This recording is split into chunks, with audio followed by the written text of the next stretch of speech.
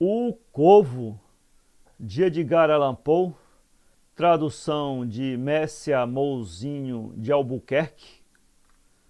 Uma vez, à hora lúgubre da meia-noite, eu meditava, fraco, fatigado, quase adormecido, sobre muitos volumes interessantes e valiosos de uma doutrina esquecida. De repente, ouvir um ligeiro ruído como de alguém batendo ao de leve à porta do meu quarto. É alguma visita, murmurei eu, e nada mais. As achas meio queimadas desenhavam no solo o reflexo da sua agonia. Eu desejava ardentemente a manhã. Em vão eu pedia aos livros o esquecimento das minhas mágoas. Pensava sempre nela, na minha Leonor perdida, na mulher rara e deslumbrante que os anjos chamam ainda Leonor e que os homens não chamam mais. O vago sussurro dos reposteiros ondulante penetrava-me de um terror fantástico e melancólico. Para acalmar a agitação que me assustava, levantei-me repetindo: é alguém que bate à minha porta, alguma visita tardia que solicita a entrada do meu quarto. Sim, é isso e nada mais. Então senti o espírito um pouco fortalecido e, sem hesitar mais tempo: Senhor, digo eu, ó Senhora, tende a bondade de perdoar-me.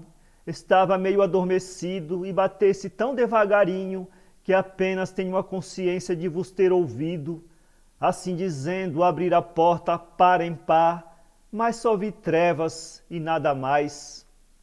E a perscrutá-las profundamente fiquei muito tempo cheio de espanto, de receio e de dúvida, fazendo sonhos que mortal algum jamais ousou sonhar. Mas nada perturbou o silêncio e a imobilidade das trevas, senão o nome proferido por mim, Leonor, e o eco murmurando a seu turno, Leonor, só isto e nada mais. Tornando a entrar num quarto com a alma em fogo, ouvi um ruído algum tanto mais forte que o primeiro. Ah, por força alguma coisa de extraordinários na tabuinhas da minha janela. Vamos ver o que é, exploremos este mistério. Provavelmente é o vento e nada mais. Abri então a janela e um corvo majestoso, digno dos antigos tempos, entrou pelo quarto adentro, com um bater de asas tumultuoso. Sem me fazer uma simples cortesia, adiantou-se com a importância de um lorde ou de uma lady e empoleirou-se num busto de palas colocado por cima da porta do meu quarto. A gravidade do seu aspecto e a severidade da sua fisionomia fizeram sorrir a minha triste imaginação. Embora tua cabeça, disse-lhe eu, não tenha popa nem cimeira, não és por certo um pássaro ordinário. Dize-me, qual o teu nome senhorial nas costas da noite plutônica? O corvo disse: jamais. Fiquei pasmado de ver aquele desengraçado volátil compreender assim a palavra, posto que a sua resposta não tivesse um grande senso, nem respondesse de modo algum a minha pergunta, porque é preciso confessar que nunca foi dado a um homem vivo ver por cima da porta de seu quarto um pássaro ou um bicho sobre um busto esculpido com semelhante nome, jamais. Mas o corvo, solitariamente empoleirado no busto plácido, não proferiu senão aquela palavra única, como se nela toda a sua alma se espargisse.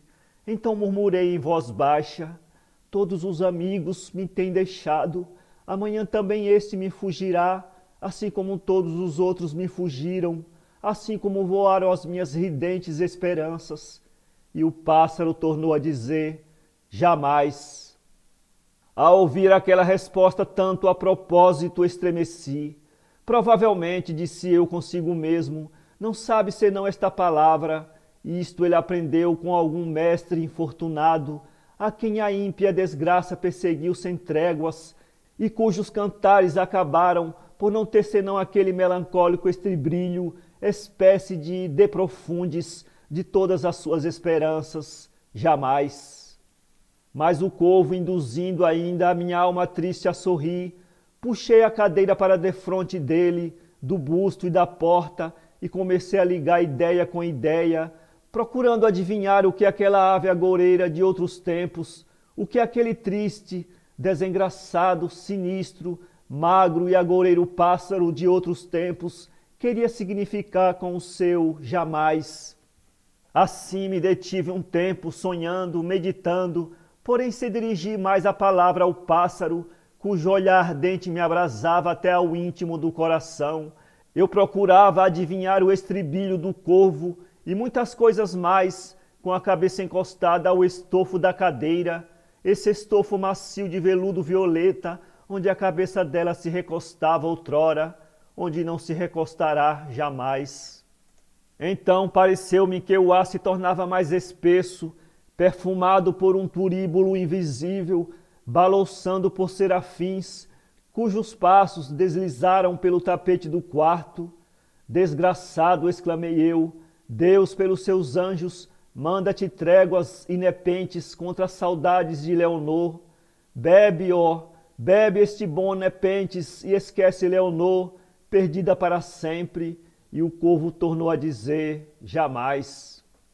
Profeta, disse eu, de desgraça, pássaro ou demônio, contudo profeta, quer sejas um mensageiro do tentador ou um simples náufrago, lançado pela tempestade a esta terra deserta e enfeitiçada, a este lar de miséria e de horror, dize-me sinceramente, suplico-te, é verdade que existe um bálsamo da Judéia?